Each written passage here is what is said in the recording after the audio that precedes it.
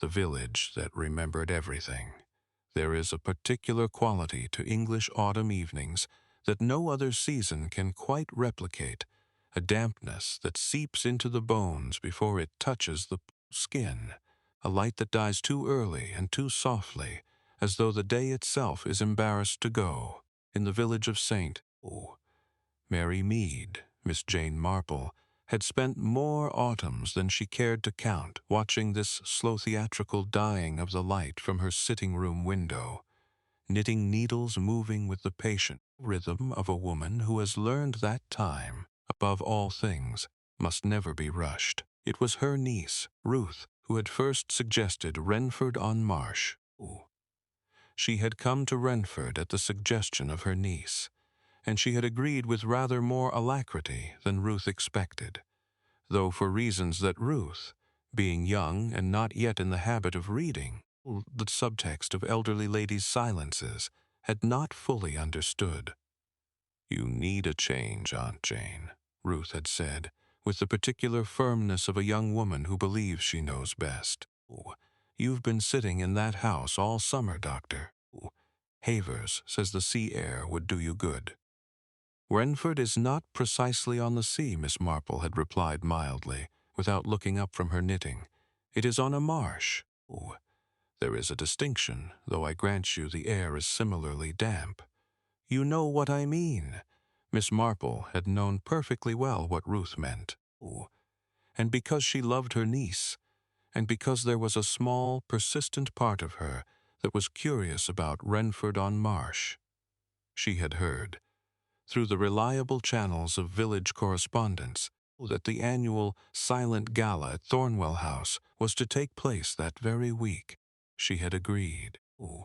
She had packed her knitting, her good wool coat, her reading spectacles, and the particular brand of chamomile tea that she found conducive to clear thinking, and she had come. She had not, of course, expected a murder. But then, murder has a way of finding Miss Marple, the way stray cats find kind old women, quietly, without announcement, and with an air of absolute certainty that they have come to the right place. The body of Edmund Farr was discovered on the morning of October the 14th, 1953, in the East Library of Thornwell House. He was lying on the Persian rug beside the fireplace, one hand outstretched toward the dying embers, as though reaching for warmth he would never again need. In that outstretched hand, curled between fingers that had once written sentences of considerable beauty, was a single square of writing paper. On it, in ink that was not his own, was written one word: fooled.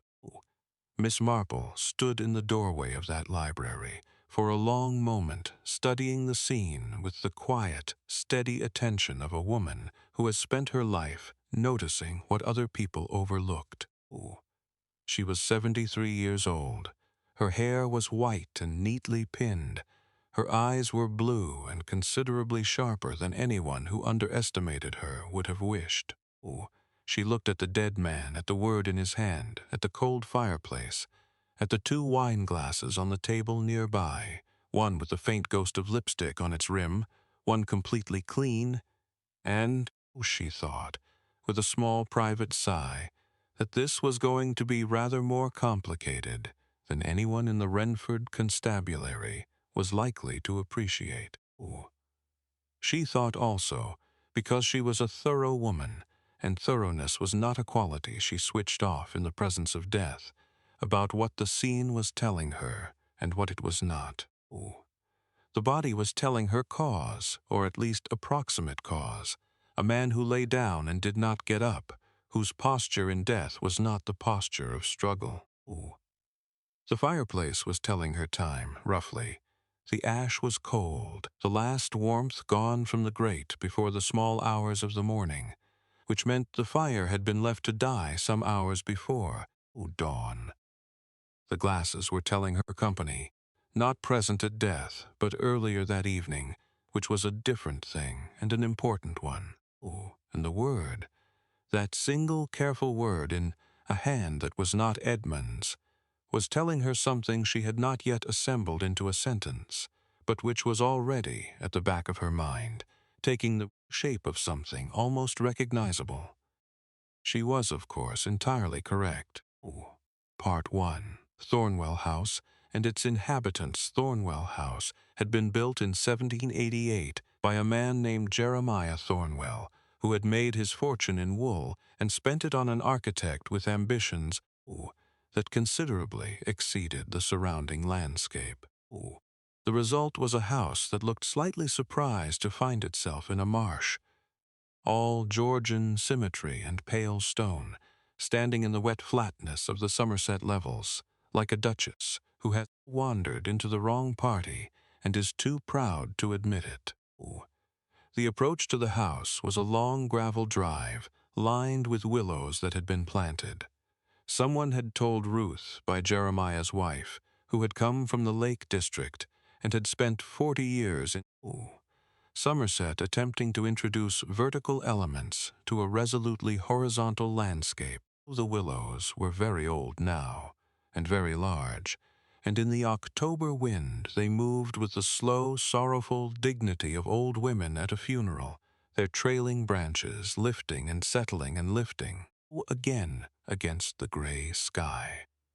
Miss Marple had looked at them from the car window and thought that they were exactly the sort of trees one expected to find in a place where something was about to happen. Constance Hale had inherited the house 12 years ago when her husband, Reginald Hale, had died of a heart attack in his study. She was 61 now, a small, precise woman with silver hair cut close to her head and the kind of eyes that observed everything and revealed nothing.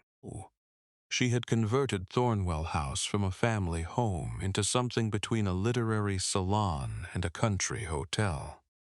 Not for money, though the income helped, but because she had discovered after Reginald's death that she was constitutionally unsuited to silence, and that she required interesting people around her, the way other women required warmth or light. The Silent Gala had been her invention, and it remained her greatest pride. Every October she invited 12 guests, writers, publishers, poets, critics, to spend a weekend at Thornwell House. The rules were simple and absolute. From Friday evening until Saturday noon, no guest was to speak aloud. All communication was to be conducted in writing. Notes were passed, letters slipped under doors, observations recorded in the leather-bound journals that Constance provided for each guest upon arrival. The effect, she had always maintained, was revelatory. People who were articulate in speech often found themselves surprisingly honest in writing, and people who were articulate in writing often found themselves surprisingly mute when deprived of the social lubricant of spoken words. It was, Miss Marple reflected, an extraordinarily convenient arrangement for a murderer. Miss Marple and Ruth had arrived on the Friday afternoon, 2 hours before the gala was scheduled to begin. Ruth was technically Constance's guest. They had known each other through a shared acquaintance in Bristol, and Miss Marple had come along as what Ruth cheerfully described as extra luggage, and what Miss Marple privately understood as the sort of elderly relative one brings to country houses in order to have someone sensible nearby. The other guests were already assembled in the great drawing-room when they arrived, taking tea in a silence that was as yet voluntary. Miss Marple moved through them slowly, accepting a cup from the maid and allowing herself to be introduced, and all the while she was doing what she always did in a room full of strangers. She was filing. Edmund Farr she recognized at once, because she had seen his photograph in the papers. He was 54, tall, with the kind of distinguished gray at the temples that novelists cultivate. The orchid growers cultivate rarities, deliberately and with considerable self-satisfaction. His novels were celebrated, and Miss Marple had always privately thought, somewhat less profound than their reviews suggested. He was talking, for the moment talking was still permitted, to a young man on his left, and his voice had the carrying quality of a man accustomed to rooms that arranged themselves around him. Ooh. The young man was Oliver Price. Miss Marple noted him carefully, 28 or 29, with the restless energy of someone who had learned to disguise ambition as enthusiasm. Ooh. He was Edmund's publisher, junior partner at Whitmore and Price, and there was something in the way he listened to Edmund, a particular controlled quality in his attention, that Miss Marple recognized from many years of watching men in village committees. It was the look of someone who is waiting, with great patience, for a situation to resolve itself in their favor. Dr. Rupert Vane was standing alone near the window. He was 60, with a doctor's cultivated air of reassurance and a doctor's habit of studying faces with clinical detachment. He had been Edmund's friend. Miss Marple learned from Ruth since their Oxford days, 30 years of friendship, which meant 30 years of understanding exactly who Edmund Farr was, beneath the distinguished temples and the celebrated prose. Lydia Moss moved through the room with a tray of sandwiches, and Miss Marple watched her with particular attention. She was perhaps 25, with the quiet, self-contained manner of someone who has learned to be invisible in large rooms and has found it, on the whole, preferable to being noticed. She was Constance's maid, had been for 3 years, Ruth said, and she had a habit of keeping her eyes slightly downcast, as though she preferred to study the floor rather than the faces that looked past her. Miss Marple found Lydia the most interesting person in the room, which would have surprised everyone there except, perhaps, Lydia herself. At 6 o'clock precisely, Constance Hale rose from her chair, lifted a small silver bell, and rang it once. The talking ceased. Journals were opened. Pens were uncapped. And Thornwell House settled into its annual and entirely voluntary silence, while the autumn dark pressed itself against the windows, and the marsh breathed its cold breath against the glass. Part, a night of written words. The silence of the gala was, Miss Marple discovered, a surprisingly active thing. It was not the silence of a library or a church, those still slightly oppressive silences that feel like something imposed from without. It was more like the silence of a room where everyone is thinking very hard and choosing, with great care, exactly which thoughts to commit to paper. In Miss Marple's experience, which was extensive, silence was almost never empty. People filled it. With their hands, with their eyes, with the small repositionings and adjustments of bodies that have something to conceal. A guilty person in a silent room was in some ways more readable than a guilty person in a noisy one, because the noise provided cover for the fidget, the glance, the swallowed breath. Silence stripped all of that away. You were left with what a person did when they thought no one was watching, which was precisely when they were most worth watching. Dinner was served at 7:30. The table was long and candlelit, and the only sounds were the clink of cutlery and the occasional soft whisper of paper as a note was passed from one end to the other. Miss Marple found it, on reflection, rather restful. She had spent 60 years in dinner-party conversation, and had privately concluded that at least half of everything said at dinner tables was unnecessary. This arrangement improved matters considerably. She wrote in her neat and rather old-fashioned hand a note to Ruth. "The soup is excellent. Ask Mrs. Hale where she gets her cream."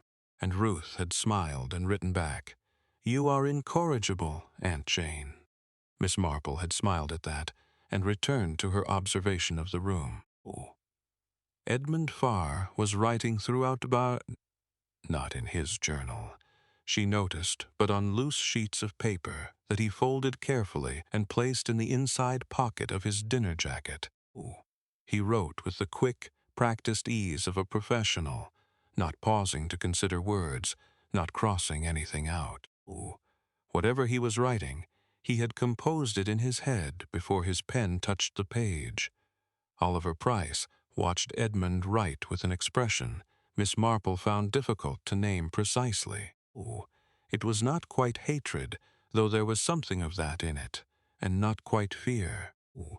It was closer, she thought, to the expression of a man watching a chess opponent make a move that he had hoped would not be made, and, realizing with cold clarity that the position is worse than he had calculated, Dr. Vane ate methodically and wrote nothing at all. This was, Miss Marple noted, extraordinary. He was a man who had published 3 medical textbooks, and who, Constance's pre-gala briefing had informed her guests, contributed regularly to literary quarterlies. A man who wrote for pleasure and for professional necessity, choosing not to write during a weekend explicitly designed for writing, was a man who had decided, for some reason, that writing was too dangerous. Lydia Moss served the courses and cleared the plates with her habitual quietness. Twice Miss Marple watched her pause at Edmund's shoulder, once to refill his wine-glass, once to collect his soup bowl, and each time Lydia's eyes dropped to the papers on the table with a flicker of attention so brief it might have been imagined. Miss Marple did not imagine it. After dinner, the guests dispersed to the drawing-room, the library, and their own rooms, according to inclination. Miss Marple settled herself in the drawing-room with her knitting. She had long since established that elderly ladies with knitting are treated as furniture, and furniture observes a great deal, and she spent 2 hours watching the room rearrange itself. Edmund came and went twice, each time with the preoccupied air of a man working through a problem that required solitude. At 10:30 he went upstairs and did not return. Oliver Price sat in the corner armchair from 9 until nearly 11, writing in his journal with a focused intensity that looked, to Miss Marple's practiced eye, less like literary reflection than like the careful drafting of a plan. Vane sat with a book open on his knee and read, or appeared to read, turning pages at intervals that seemed less the product of reading speed than of some private calculation. 11:15. Miss Marple went to bed. She lay in the darkness of her guest room for a long time, listening to the marsh. It had its own sounds. The marsh, a low, wet sighing that was not quite wind and not quite water, and she thought about the expressions she had catalogued during the evening, sorting them the way she sorted garden produce. This useful, this not, this to be set aside and returned to later. She thought about Edmund's papers folded in his inside pocket, about Oliver Price controlled, waiting anger, about Dr. Vane's deliberate silence, about Lydia Moss's quick, careful eyes. She fell asleep thinking about the word fooled, which she did not yet know was going to matter, but which her subconscious, working with its customary efficiency, was already filing carefully away. Part 3. The discovery it was Lydia Moss who found him. This was, in retrospect, either very bad luck or very careful planning, and Miss Marple had not yet decided which. Lydia had gone to the East Library at 7:30 in the morning to lay the fire, a routine she apparently performed every day, Silent Gala or not, and had found Edmund Farr on the Persian rug. One arm stretched toward the cold hearth, the other curled against his chest. For a moment, she had apparently thought he was sleeping.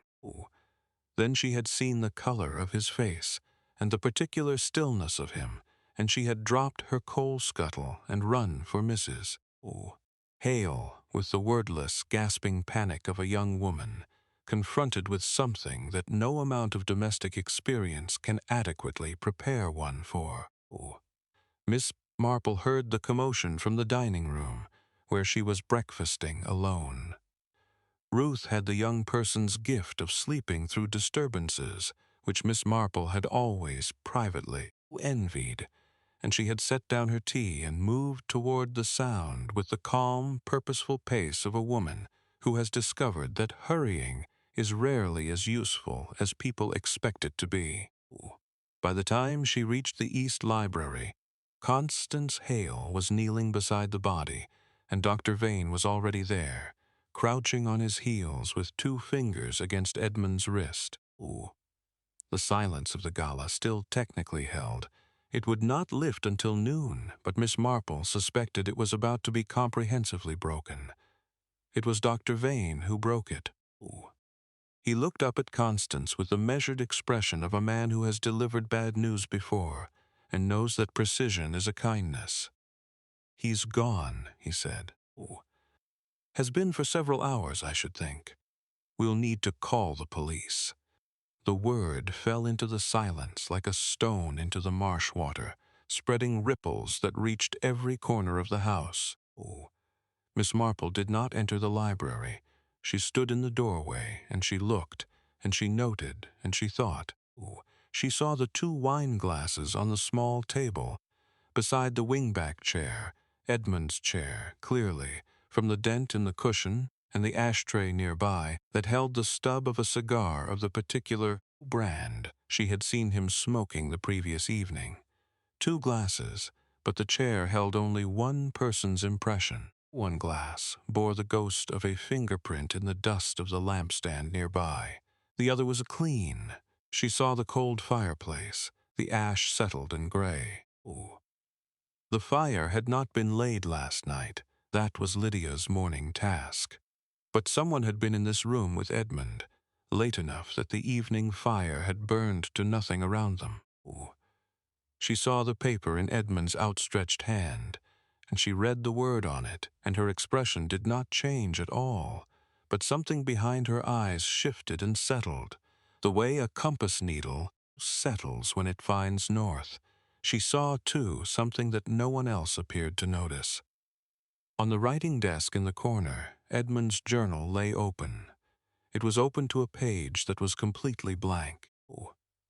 Edmund Farr, who had spent the previous evening writing with the prolific ease of a professional, had not written a single word in his journal all night. Miss Marple filed this carefully away and went to find Lydia Moss. Part 4. The police arrive and are, broadly speaking, unhelpful Inspector Gerald Fitch of the Somerset Constabulary arrived at Thornwell House at 9:15, accompanied by a sergeant whose name Miss Marple never entirely caught, and who wrote things down in a notebook with the focused diligence of someone who believes that writing things down is broadly equivalent to understanding them. Inspector Fitch was 45, with the settled confidence of a man who had investigated 12 murders in 20 years and believed he had developed a reliable method. Miss Marple recognized the type immediately and accurately. He was not unintelligent, but he was impatient, and impatience in a detective, she had always found, was the professional equivalent of leaving a window open during a rainstorm. The important things had a way of getting in, anyway, but considerably wetter and harder to work with than they needed to be. He wore a dark overcoat and carried a hat that he never seemed to put on, holding it instead in his left hand with the distracted air of a man who has forgotten it is there. His sergeant, whose notebook was already open before he had stepped through the front door, was 23 and extremely earnest, which Miss Marple found touching in the way that extreme earnestness is always touching in the very young before life has had the opportunity to sand it down. He interviewed the guests in the drawing room, one at a time. Miss Marple waited her turn with her knitting and listened to the sounds that came through the drawing room door, the rise and fall of voices, the occasional longer pause that suggested a question that required careful answering, and she thought about what each person would choose to say and what they would choose not to say, and whether there was a meaningful difference.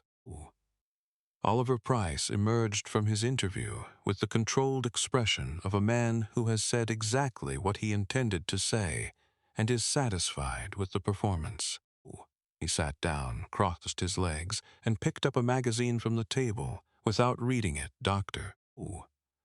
Vane emerged with the measured calm of a physician who has dealt with official inquiries before and finds them manageable. He asked Constance whether there was any chance of coffee and accepted the cup she poured for him with quiet thanks. Constance herself was interviewed last and longest. She came out looking, for the first time, genuinely shaken, not the controlled distress of a hostess managing an unfortunate situation, but something more fundamental. As though Miss Marple thought, the conversation had contained something she had not expected. Miss Marple's own interview was brief. Inspector Fitch was politely dismissive in the way that men of his generation were politely dismissive of elderly ladies, which was to say that he asked her whether she had seen or heard anything unusual, listened to her answer with the expression of a man waiting politely for something to end, and thanked her with the warmth of someone who does not expect to need to speak to her again. He had not asked her what she thought. This was, Miss Marple reflected, probably his greatest investigative error, though she was far too well-mannered to say so. She went instead to find Ruth, who was now awake and considerably distressed, and she told Ruth to go and sit with Constance, who needed company more than she was admitting, and then she went to do what she had been wanting to do since 7:30 that morning. She went to look at the fireplace grate in the East Library. The police had finished with the library for the moment. The body had been removed, efficiently and with a discretion that Miss Marple appreciated, and the room was technically empty. She slipped inside and crossed to the fireplace and knelt, with the careful deliberateness of a woman who knows that kneeling is now a commitment and has made her peace with that. The ash in the grate was, as she had expected, not entirely ash. Most of it was the residue of the previous evening's fire, wood ash, gray and light. But at one edge of the grate, somewhat apart from the rest, were the remains of paper. The paper had been burned from both ends. She could see. The edges curled in the characteristic pattern of paper lit at the top and bottom simultaneously. But burning paper from both ends does not guarantee its destruction, particularly if the paper is thick and the middle portion. She could see it clearly now. A curled remnant of perhaps 3 inches of the original sheet had survived. She did not touch it. She looked at it for a long time, memorizing what she could see of the handwriting on it, and then she stood up, with some effort, and left the library. Part 5. What Lydia knew. Lydia Moss had retreated to the kitchen after her interview with Inspector Fitch, and she was sitting at the kitchen table with a cup of tea that had gone cold, staring at the table surface with the fixed attention of someone who is looking at something that isn't there.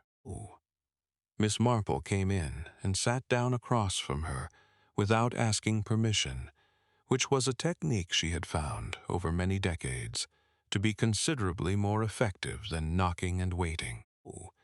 She poured herself a cup from the pot. It was indeed cold, but she had drunk worse, and she looked at Lydia with the gentle, undivided attention that she reserved for people she believed were carrying something heavier than they should. "You saw his papers last night," Miss Marple said. "Not a question." Lydia looked up sharply. "I don't know what you..." You paused at Mr. Farr's shoulder at dinner, Miss Marple said quietly. "Twice. Not long enough for anyone to notice, but long enough to read a line or two.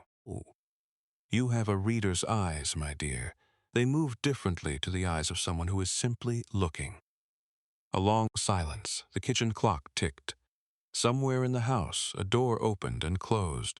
"I didn't read his papers," Lydia said finally. "Not exactly. I saw I saw a name on one of the sheets, a name I recognized. Miss Marple waited. Waiting was, in her experience, the most underused tool in any investigation.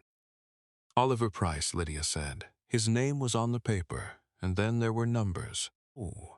I didn't understand the numbers, but the name was there, Oliver Price, and some years, 1948, 1949, 1950. Miss Marple absorbed this. Ooh. 1948 to 1950 were, she knew, the years during which Oliver Price had been working as a junior editor at a now-defunct London publishing house called Meredith and Sons. Ooh.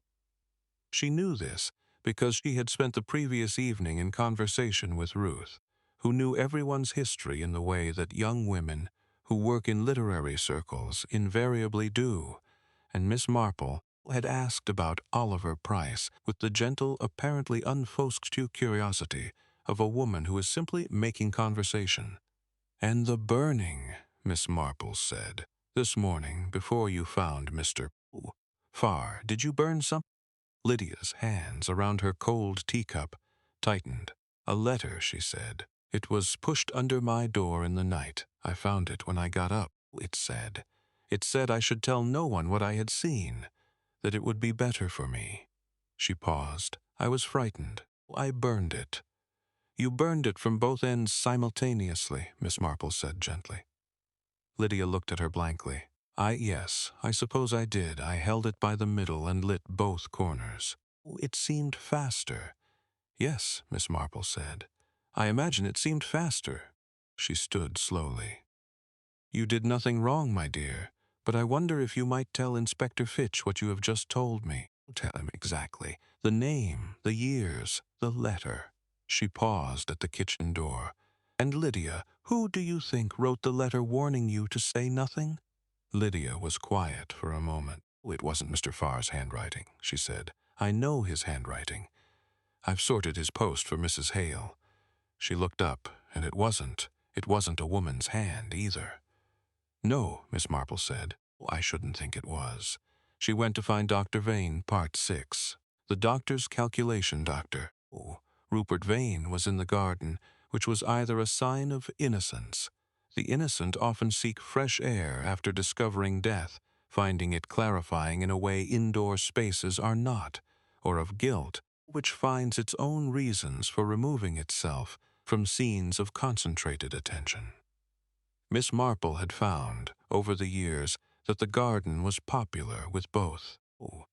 She found him by the stone balustrade that overlooked the marsh, his hands in his coat pockets, and his face turned toward the flat gray expanse of the levels. The willows at the water's edge had gone yellow, and the morning mist was lifting slowly from the wet ground, revealing the landscape piece by piece, like a developing photograph. "Beautiful, in its way," Miss Marple said, settling beside him with the air of a woman who is simply taking the air. "Melancholy," Dr. Vane said. He had a good voice, controlled, resonant, the kind of voice that delivered difficult news without cruelty and comfort without condescension. 30 years of medicine had worn it smooth. "You told Inspector Fitch that Edmund died between midnight and 2 in the morning," Miss Marple said pleasantly. A pause. Not a long one. He was too careful for long pauses. "That was my assessment, yes. Based on the body temperature and the degree of rigor, I'm a physician. It seemed sensible to offer an opinion." "Of course," Miss Marple agreed. "Though I wonder, and do forgive me, with very little to occupy my mind, I wonder about the wine glasses. There were 2, you see, on the table in the library. One with a fingerprint, one without. If Edmund had been alone, there would have been one glass. If he had entertained someone between, shall we say, 11:30 and 1 in the morning, then the timing of your estimate becomes rather significant. Because if Edmund died closer to midnight, his visitor was with him until shortly before he died. And if he died closer to 2, the visitor may have left considerably earlier and have an alibi for the death itself." Dr. Vane said nothing. The marsh exhaled its cold breath across the balustrade. "Ooh. You were Edmund's oldest friend," Miss Marple continued, in the same pleasant conversational tone. 30 years. I imagine you knew him better than anyone here. Better, perhaps, than anyone anywhere. He was a complicated man. Most interesting people are." Miss Marple looked at the marsh. "I imagine you also knew about his new novel, the one Oliver Price was supposed to be publishing in the spring." Now the pause was longer. Controlled, still. He was not a man who lost control easily, but longer. Edmund mentioned it. Did he mention what was in it? He mentioned that it was his best work. A small, sad breath of a laugh. Edmund always said that about his latest book. It was one of his more reliable habits. "And was it," Miss Marple asked, "his best work? I haven't read it." "No," Miss Marple said. "I don't suppose you have." She turned to face him fully, and her eyes were direct and completely without apology. "Dr. Vane, you were in the East Library last night." "Not necessarily when Edmund died, but earlier, late enough that the fire was still burning. I know this because of the glasses and because of certain marks on the rug that the police have not yet considered carefully enough." She paused. "I am not accusing you of anything. I am asking you, quite sincerely, to tell me what you know. Because I believe that what happened to Edmund is rather more complicated than it appears, and I believe that you understand precisely how complicated it is." Dr. Vane looked at her for a long moment. He had, she thought, been assessed by many people in his life, colleagues, patients, hospital boards, but perhaps not quite in this way, not with this particular quality of waiting, which was not a threat and not quite a request, but something in between that was harder to refuse than either. "I was there," he said finally. "From about 11 until midnight, we talked, or rather, Edmund wrote a great deal and I wrote somewhat less. He told me what he had put in the novel. About Oliver." He stopped. Miss Marple prompted gently. "I left. Edmund was. He seemed well. He poured to himself another drink as I was leaving. Something moved across his face. Grief, Miss Marple thought, and something else she couldn't yet name. He was alive when I left. I give you my word." "I believe you," Miss Marple said simply. And she did. Part 7. The novel that changed everything, Edmund Farr's new novel, was called The Ledger of Small Sins. Miss Marple learned this from Ruth, who had learned it from Constance, who had read the manuscript, or a portion of it, 3 weeks earlier, when Edmund had sent it ahead of his visit with a note asking her opinion on the 5th chapter. Constance had replied, Ruth reported, that the 5th chapter was extraordinary, but that Edmund ought to be careful. Edmund had written back a single line. "I am always careful, Constance. What I am no longer is patient."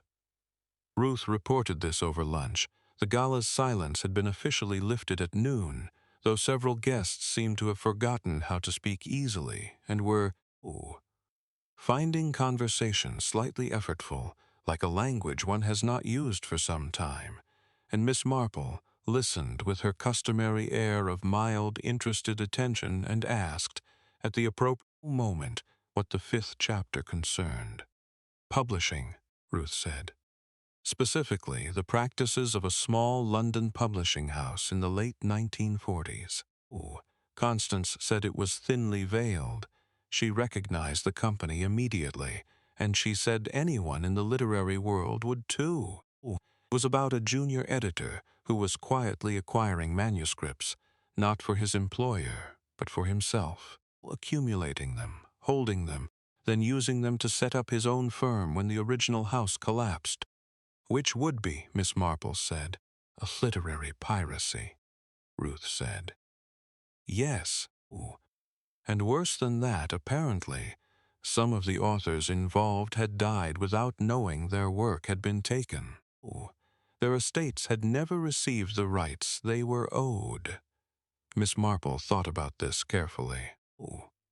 She thought about a young man named Oliver Price, who had worked at Meredith and Sons from 1948 to 1950, when the company had collapsed in what the literary press had described as financial mismanagement. She thought about the dates that Lydia Moss had seen on Edmund's papers. Ooh. She thought about the particular expression on Oliver Price's face during dinner. Not quite hatred, not quite fear. And she thought about Edmund Farr, writing quickly and without hesitation on sheets of loose paper that he folded and put in his breast pocket. Not notes, not ideas, fully composed sentences, drafted in advance, waiting only to be committed to the page. He had been writing letters. "Ruth," Miss Marple said, "do you know if Edmund had any enemies?" Serious ones, I mean, not the ordinary sort that novelists acquire by writing critically reviewed books. Ruth thought about it. There were rumors a few years ago about a dispute with a publisher. Someone had rejected a manuscript rather publicly, made rather unpleasant comments about it. Edmund had been furious. She paused.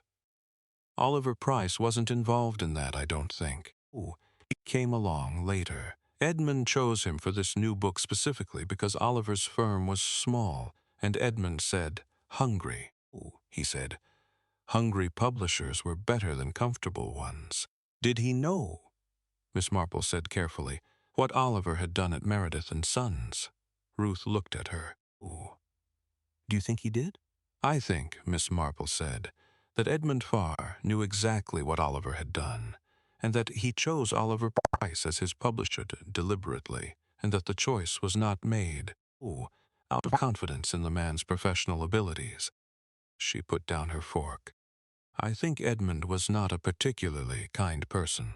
I think he found a man with a guilty secret, put that secret into a novel, contracted that man to publish the novel, and then waited to see what the man would do. Ruth stared at her. That's rather cruel, Aunt Jane. Yes, Miss Marple agreed quietly, it is. Edmund Farr wrote a trap and invited the man he intended to catch to spring it himself. She stood, excusing herself with a small, apologetic smile, and went to look for Oliver Price. Part 8. Oliver Price and the pen Oliver Price was in the morning room, and he was writing.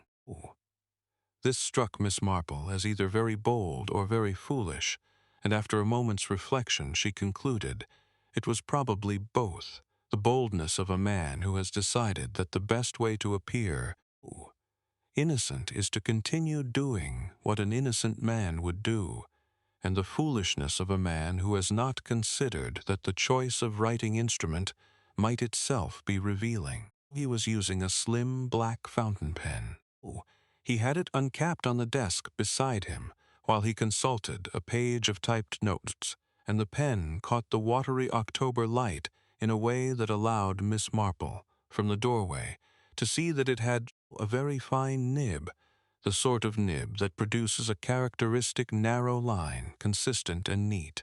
She had seen that line before, on a square of writing paper that had been curled in a dead man's hand.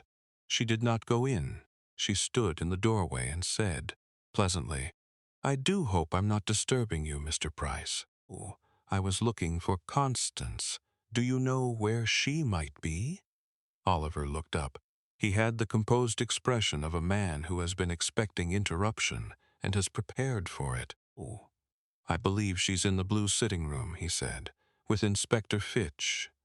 Oh, how tiresome for her, Miss Marple said sympathetically.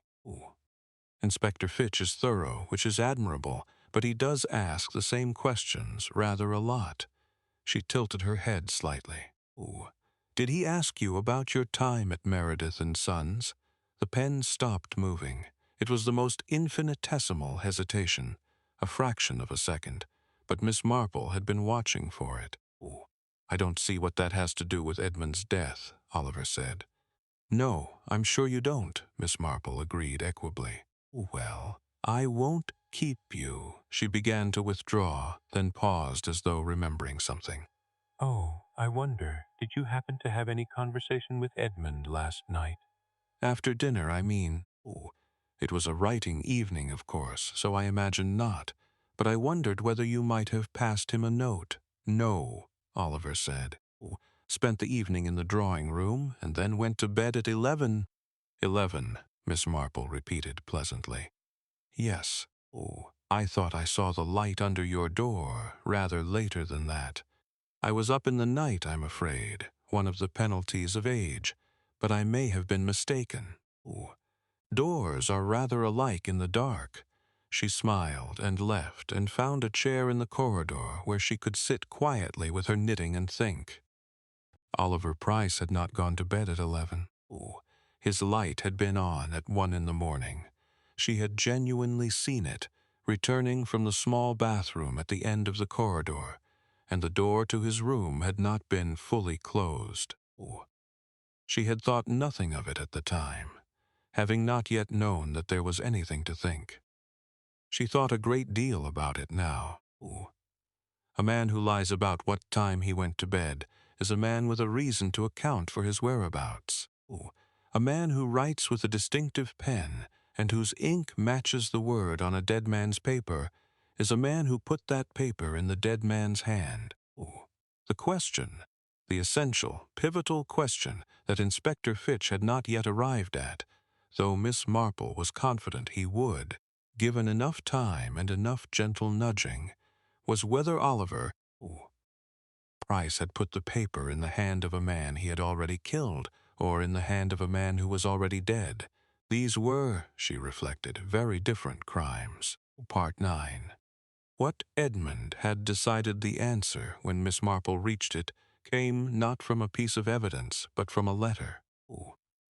This was in some sense fitting, given that the whole case was arranged around the written word, its powers, its permanences, its capacity for both honesty and deception. The letter was in Edmund's room, and she found it because she asked Constance, with apologetic directness, whether she might look through Edmund's belongings before Inspector Fitch removed them. Entirely. Constance, who was exhausted and frightened and increasingly unsure of the official investigation's direction, agreed with the relieved desperation of a woman who has realized she needs help she had not known how to ask for. Edmund's room was tidy in the way that writers' rooms are tidy, not the tidiness of an organized mind, but the tidiness of a man who knows exactly where everything is and can therefore leave it anywhere. His overnight bag was on the chair. His toiletry case was open on the dresser. His novel manuscript, a thick sheaf of paper bound with a rubber band, was on the bedside table, and beside it was a smaller sheaf, perhaps 15 pages, held together with a paper clip. On the dresser beside the toiletry case was a small brown bottle with a pharmacy label. Miss Marple read the label without touching the bottle. The prescription was dated 3 months earlier, from a Harley Street physician whose name she did not recognize, and the medication was a sleeping draught. The specific formulation she happened to know from a conversation many years ago with Dr. Havers in St. Mary Mead that was prescribed for patients with compromised liver function. Not because it was the best sleeping draught, Doctor. Havers had told her, but because it was the one that interacted least badly with the particular toxicological situation of a liver that was no longer working as it should. You have to be careful with these patients, he had said. The ordinary ones are too strong. But even the careful ones, you still have to watch the dose. Miss Marple looked at the bottle for a long time. It was not full. It was, in fact, considerably emptier than it ought to have been. For a bottle that had been filled 3 months ago, for a man who was supposed to take 2 drops in water, no more than 3 times per week. She turned to the letter. The smaller sheaf was a letter addressed in Edmund's unmistakable hand to his literary solicitor in London. Miss Marple read it carefully and thoroughly, sitting in Edmund's chair with the autumn light coming in gray through the window, and by the time she finished, she understood the whole of it. The completeness of it, the sad, meticulous entirety of what Edmund Farr had planned, and what he had set in motion, and why the word fooled was written in someone else's ink. Edmund had known he was dying. Not from poison, not from any hand but his own slow biology. He had been diagnosed in July with a condition of the liver that his Harley Street specialist had estimated would take him within 18 months, and probably sooner. He had told no one. This was, Miss Marple reflected, completely consistent with what she was coming to understand of Edmund's character. He was a man who kept his own counsel and used his knowledge always as a tool. The letter to his solicitor laid out a series of instructions. The novel was to be published, but not by Oliver Price. Upon Edmund's death, all rights were to revert immediately to his estate, and the evidence compiled in the appendix, 30 pages of documentation, records, author contracts, correspondence from the years 1948 to 1951, was to be placed in the hands of a specific journalist at the Times Literary Supplement, with Edmund's personal note explaining exactly what it revealed about Oliver Price's activities at Meredith and Sons. Edmund had gathered over 2 years meticulous proof of Oliver's theft. He had contracted Oliver to publish the novel as a method of keeping him close and cooperative while the legal mechanisms were prepared. The novel itself, whatever Oliver chose to do about it, was secondary. The documentation was the weapon. Edmund had also, Miss Marple read with a small, quiet intake of breath, written a separate personal note, not to his solicitor, but to Oliver. It had been one of the folded papers in his breast pocket at dinner, and he had arranged for it to be delivered that evening after dinner, slipped under Oliver's door by Lydia, who had no idea what it contained, and whose role in the delivery Edmund had obtained by the simple mechanism of a folded £5 note and a request to deliver a private correspondence. The note to Oliver had told him everything: the documentation, the solicitor, the journalist, the fact that none of it required Edmund to be alive to take effect. Indeed, that his death would trigger the delivery of the documents automatically. It had ended, Miss Marple read, with a single sentence: "You cannot stop this, Oliver. You never could." Edmund Farr had spent his last evening alive, writing a careful, cruel, comprehensive checkmate. He had gone to bed. He had taken the sleeping draught that Dr. Vane had prescribed for him 3 months ago, the one that interacted, in large enough quantities, with the state of his liver in ways that were known to his specialist and unknown to him, and he had died in his sleep, or very near it, and it had been, the specialist would later confirm, an acceleration of the inevitable by perhaps 4 or 5 months.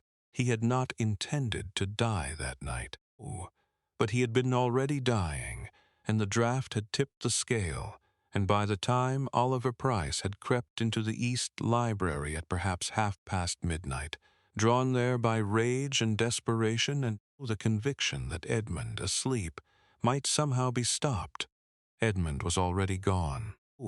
Part 10. The second crime and the word Oliver Price had stood over a dead man in a firelit library and understood, in a moment of total and annihilating clarity, that he had come too late for everything he had intended. The man he had planned to confront, to threaten, and if threatening failed, as he had known in his coldest moments that it would fail, to silence, was already beyond threatening and beyond silence. He had known Edmund was clever.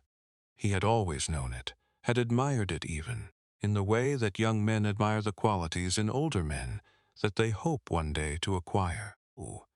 Edmund's cleverness had been one of the reasons Oliver had been pleased, in 1951, when Edmund first approached his fledgling firm with a manuscript. It had seemed, at the time, like a validation. The great Edmund Farr, choosing the small and ambitious Whitmore and Price over the established houses that would have taken him without hesitation. Ooh. Oliver had attributed it to his own charm and editorial vision. He had not then begun to understand that Edmund chose things for reasons, and that the reason was never flattery. He understood it now.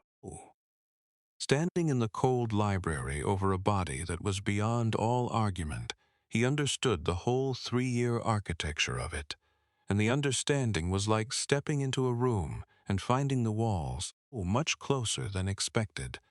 There was no way out that he had not already walked past without noticing. He had stood there for a long time. The fire was dying.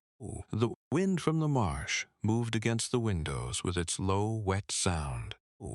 And Oliver Price had looked at Edmund Farr and felt the particular fury of a man who has been outwitted by someone who is no longer present to appreciate the victory.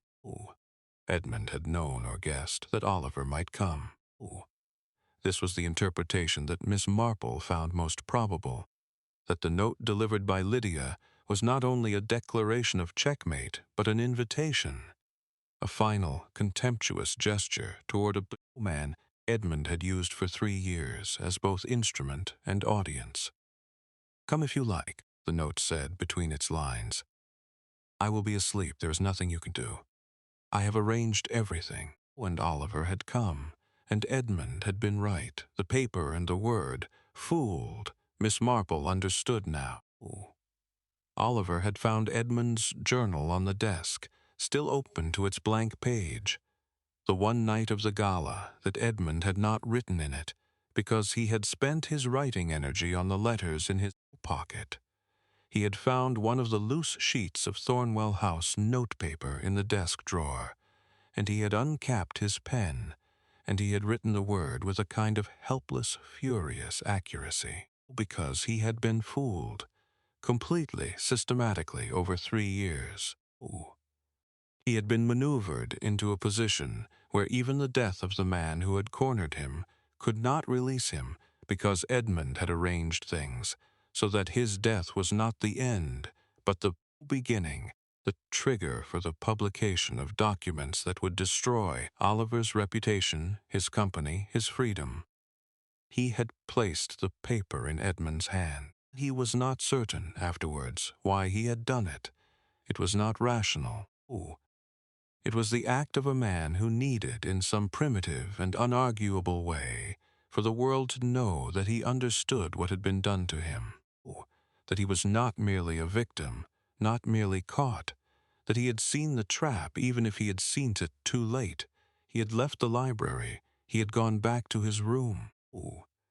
He had sat in the chair by his window until 3 in the morning, watching the marsh, and then he had lain down on his bed, fully dressed, and stared at the ceiling until Lydia's cry, far away and through 2 floors, had pulled him back into the world.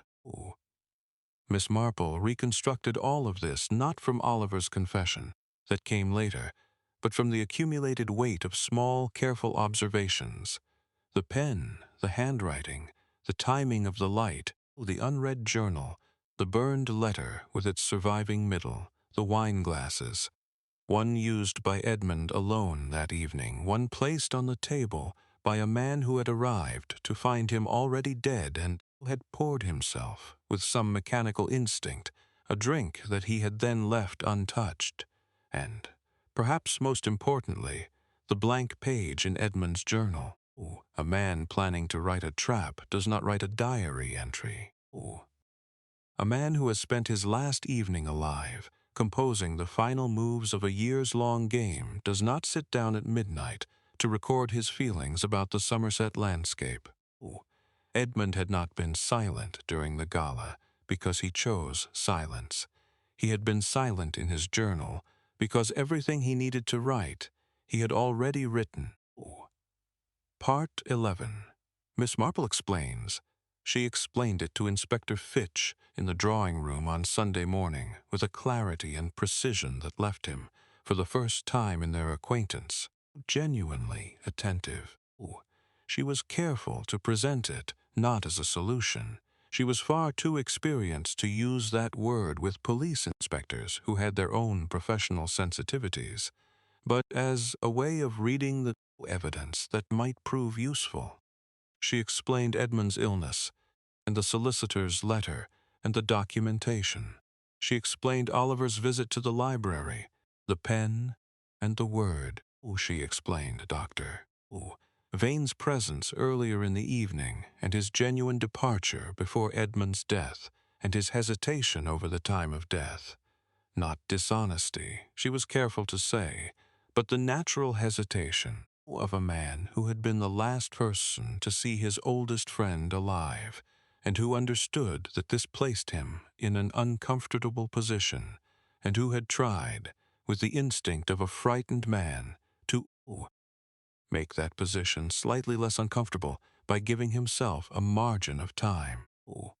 Not a lie, she told Inspector Fitch, with the gentle firmness of a woman who distinguishes between lies and human weakness, a miscalculation born of fear. She did not tell Inspector Fitch what she privately thought about Dr. Vane's culpability, because she had not yet decided what she privately thought. He had prescribed the sleeping draught 3 months ago, in good faith, for a patient whose illness he knew about and whose suffering he was attempting to palliate. He could not have known that Edmund would take too much of it. He had not, so far as she could determine, known that Edmund intended to take too much of it. And yet, he had known Edmund for 30 years, and he had known Edmund's diagnosis, and he had known Edmund's personality, and a man who knows all three of those things and prescribes a sedative to a dying man, who has a gift for planning and a score to settle, might, if he were very honest with himself in the very small hours of the night, wonder whether he had not known more than he admitted. This was not a crime. It was not even negligence in any legal sense, she understood. It was one of those gray territories that human life specializes in producing, and that courts are broadly unequipped to address. She thought Dr. Vane would live in it, that gray territory, for a very long time, she thought, given his face in the garden that morning, that he already was. She explained Lydia's letter, found and burned, and what Lydia had seen at dinner, and what it confirmed about the papers Edmund had been writing. She explained the wine glasses, and the fireplace, and the middle of the burned letter, which had by now been retrieved and which bore, in a hand that matched the warning letter to Lydia, 3 lines of Oliver Price writing that in context were as close to a confession as any document short of a signed statement. So Edmund wasn't murdered, Inspector Fitch said slowly, working through it. He died of natural causes, accelerated by a sleeping draught. Yes, Miss Marple said. And Oliver Price entered the library after Edmund's death, placed the paper in Edmund's hand, wrote a warning letter to the maid to prevent her from speaking about what she had seen, and conducted himself throughout the investigation in a way designed to obscure his presence in the library that night. She paused. None of which constitutes murder, but it does constitute interference with a deceased person, obstruction of a police investigation, and, when the documentation from the solicitor arrives, as it will tomorrow, criminal fraud spanning 3 years and involving the estates of at least 4 deceased authors. Inspector Fitch looked at her for a long moment. He had, she thought, revised his opinion of her rather substantially over the course of the conversation, and the revision was visible in his face, in the way that revisions are visible in the faces of honest men. "You've been busy, Miss Marple," he said. "I had very little else to do," she replied pleasantly. "It has been rather a quiet weekend." Oliver Price, confronted with the specifics by Inspector Fitch that afternoon, did not attempt to deny what was deniable, and could not deny what was not. He was taken to the Taunton police station at 4 o'clock. The documentation arrived from the solicitor the following morning, as promised. The Times literary supplement received Edmund's note, as Edmund had arranged. The Ledger of Small Sins was published the following spring by a different house, with a preface by Edmund's literary executor explaining the circumstances of its composition. It was, as Edmund had always claimed, his best work. Critics wrote that it had a quality of certainty, of settled purpose, that his earlier novels had lacked, as though the author had known, when writing it, that it was the last and most important thing he would say. The preface did not mention Oliver Price by name. Edmund, whatever his cruelties, had understood the distinction between truth and destruction, and had asked his executor to preserve the former and avoid the latter. Miss Marple read the preface twice, sitting in her garden in St. Mary Mead, and thought that this was perhaps the most honest thing Edmund Farr had ever done, which was a complicated epitaph for a complicated man. Part 12. After the gala, Ruth drove them home on Tuesday. The Somerset levels slid from the car windows, flat and gray and honest, in a way that Miss Marple had come to appreciate. There was nowhere to hide anything in a landscape like that. Everything was visible, stretched out, held up to a sky that had no patience for concealment. "You knew on Saturday morning, didn't you?" Ruth said. Not a question. She had learned, over many years, that her aunt's questions were usually already answers. When you looked at the fireplace. "I suspected," Miss Marple said, which was technically true and considerably more modest than the situation warranted. "The fireplace told me about the letter. The journal told me about Edmund's evening, and the wine glasses." She paused. "2 glasses tells you that a second person was there. A completely untouched second glass tells you that the second person arrived after the first person was beyond drinking."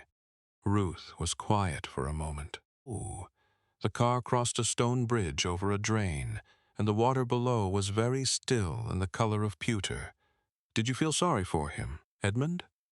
Miss Marple considered this honestly. She was not a woman who had any patience for dishonest answers to serious questions, even when honesty was uncomfortable. "I felt sorry for the illness he carried alone. That was a heavy thing to carry, and loneliness makes everything heavier." She looked out the window. "I felt less sorry for the use he made of the time remaining to him. He might have simply exposed Oliver through the proper channels and been done with it. He chose instead to make a game of it, to use Oliver as a kind of instrument for his final entertainment." She paused.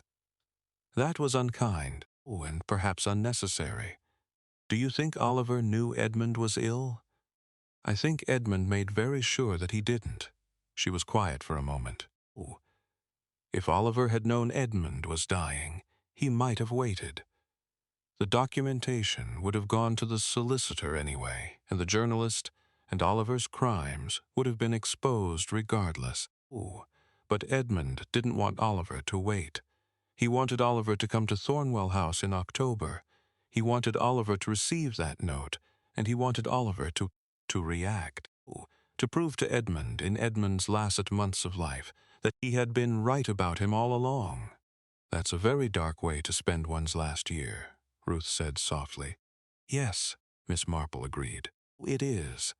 There are people in every village, my dear, who find their satisfaction in being correct about the worst in others. It is not a comfortable way to live." She folded her hands in her lap. "St. Mary Mead has had 3 such people in my lifetime, and not one of them died happy. Interesting, but not happy." Ruth drove in silence for a while. A heron stood motionless in a field beside the road, patient as stone. "And Lydia?" Ruth asked. "Constance has offered her a permanent position," Miss Marple said. "She told me so this morning." I suggested that Lydia deserved a considerable raise in addition to the permanence, and Constance agreed. "Lydia is a remarkably observant young woman." A small warm note entered her voice. "I have a great deal of time for observant young women. Will she be all right after finding my mean?" "It I think," Miss Marple said carefully, that Lydia Moss is rather more resilient than she appears. Ooh. People who learn early to be invisible also learn, as a consequence, to endure things alone without showing the strain. It is both their strength and their difficulty. She paused. Ooh. Constance knows this, I think, in the way that perceptive people know things about those who serve them, even when they have not consciously articulated it. Ooh. I suspect she will be kind to Lydia in the way that matters most, not with excessive sympathy, which Lydia would find suffocating, but with the consistent, matter-of-fact respect of an employer who sees the person doing the work. Ruth was quiet for a moment. "You talked to her for 20 minutes, she said. "Oh, you figured all that out in 20 minutes.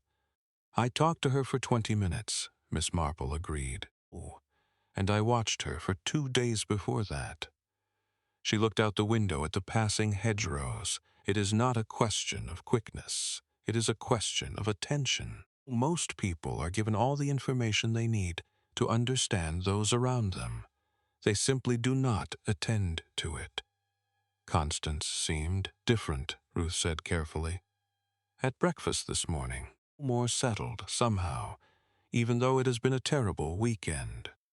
"She knows," Miss Marple said simply. "Oh, that is the thing that makes people unsettled.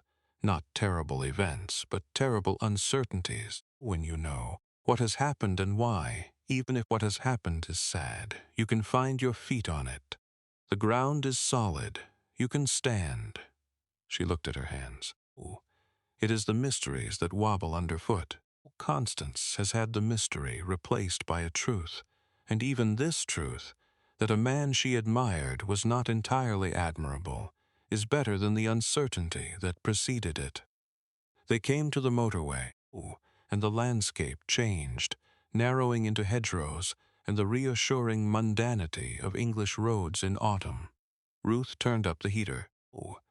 The radio murmured something about a parliamentary debate that neither of them listened to. "Aunt Jane," Ruth said, "do you ever wish you had not noticed any of it?" Miss Marple thought about this for what felt like a long time, though it was probably only seconds. She was a fast thinker, always had been, which she had found it useful to conceal. "I think," she said at last, "that I would not know how not to notice. It is rather like asking a woman whether she wishes she had not learned to read. The capacity changes you in ways that are not reversible, and in any case the letters are there, on the page, whether you choose to read them or not." She settled more comfortably into the seat. Edmund Farr was a writer who believed that words once written cannot be unwritten. That is one of the things his novel argues rather well, actually. He was right about that, at least. "And the word in his hand," Ruth said. "Fooled. Do you think Oliver was right?" Miss Marple was quiet for a long moment. The car moved through a village, a church, a pub, a post office, a row of terraced houses with their October gardens going brown at the edges. "Oliver was fooled," she said. "He was deceived and used and maneuvered over 3 years by a very clever and rather ruthless man who was also, in his own way, a very lonely one." She paused. But Oliver had also, over the same 3 years, stolen the livelihoods of 4 dead authors from their living families. He had done it quietly and carefully, and with the serene confidence of a man who believes that the intelligent acquisition of advantage is not really theft if it is done cleverly enough. She looked out the window at the passing village. So was he fooled? Yes. Was he wronged? That is a considerably more complicated question. She smoothed her coat over her knees. "In my experience, people who feel most wronged are sometimes the ones who most need to examine why someone wanted to wrong them. The feeling of victimhood is not always a lie, but it is not always the whole truth either." Ruth did not say anything for a while. Then, "That's rather said. Murder usually is," Miss Marple said gently. Even when it isn't quite a murder." Epilogue. November, St. Mary Mead. 3 weeks after returning from Renford-on-Marsh, Miss Marple received a letter. It was from Constance Hale, written on thick cream paper in the upright, contained hand of a woman who has learned to say important things precisely. The letter told her that Oliver Price had been formally charged on 7 counts of fraud. That the solicitor had released Edmund's documentation to the appropriate parties, and that 2 of the 4 affected authors' estates had already received communication from their solicitors. That the Ledger of Small Sins had been accepted by a new publisher and was to come out in March, with a modest but respectable advance that would go, by Edmund's arrangement, to a literacy charity in Bristol, that doctor. Vane had given a statement to the police that corroborated everything, and that Inspector Fitch had been, in Constance's carefully chosen words, more thorough in his second pass at the evidence than his first. Constance ended the letter with a paragraph that Miss Marple read twice. "I have been thinking," Constance wrote, "about the Silent Gala, and whether to continue it. Edmund's death has made the tradition feel different, not ruined, but changed, the way a room feels different after someone has moved the furniture. I find I still believe in the fundamental idea that there is something honest about writing, something that speech allows us to evade. The gala forces people to commit, to choose their words slowly and live with them.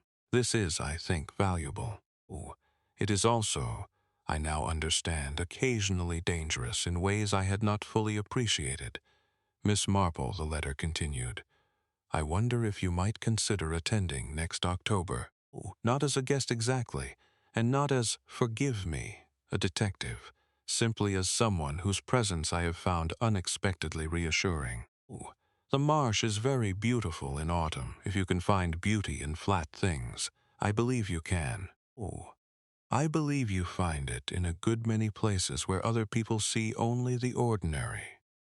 Miss Marple set the letter down on her writing desk and looked out at her garden, where the last roses of the whole year had gone to hip, and the lawn had taken on that particular shade of November green that is somehow both tired and determined.